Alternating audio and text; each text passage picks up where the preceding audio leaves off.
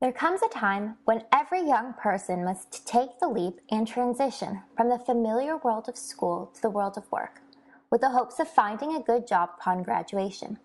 However, this transition is often difficult. Students today are exiting the education system and entering the modern labor market quickly to discover that they must endure months to years of dissatisfying work, interspersed with periods of unemployment, and that the well-paying career they always dreamed of and worked towards requires that they return to school.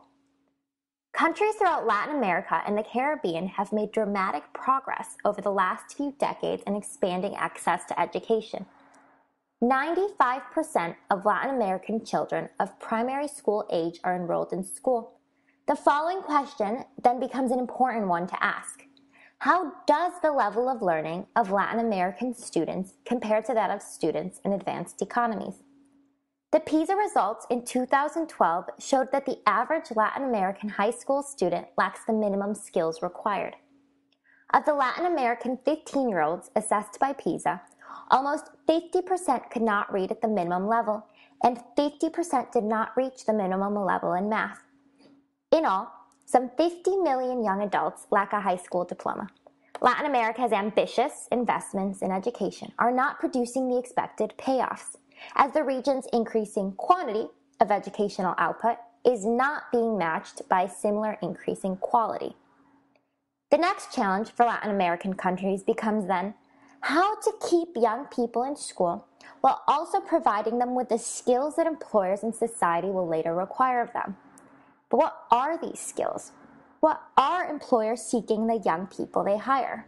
What factors will reap success?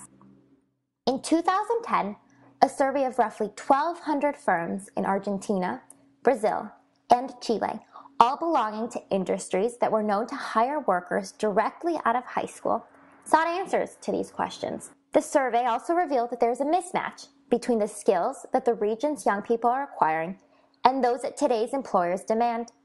88% of surveyed firms reported having difficulty finding the skills they needed among their applicants, skills that should have been learned in high school. Many employers require not only cognitive skills acquired through academic learning, but also an array of softer skills related to behavior and personal characteristics, such as a sense of personal responsibility, perseverance, and teamwork. These socio-emotional skills are critical for success in the working world.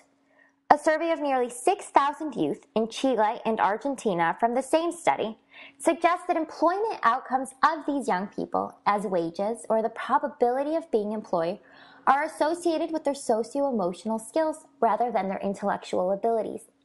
Socio-emotional skills respond to a much greater degree to external stimuli and can develop late into the teens.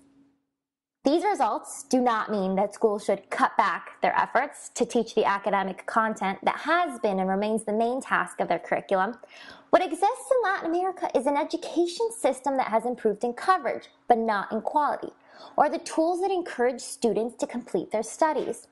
To help reverse this situation, it is necessary to broaden the range of skills taught in schools, those monitored and evaluated by the educational systems, reforming not only the content of the curriculum, but also the pedagogical practices.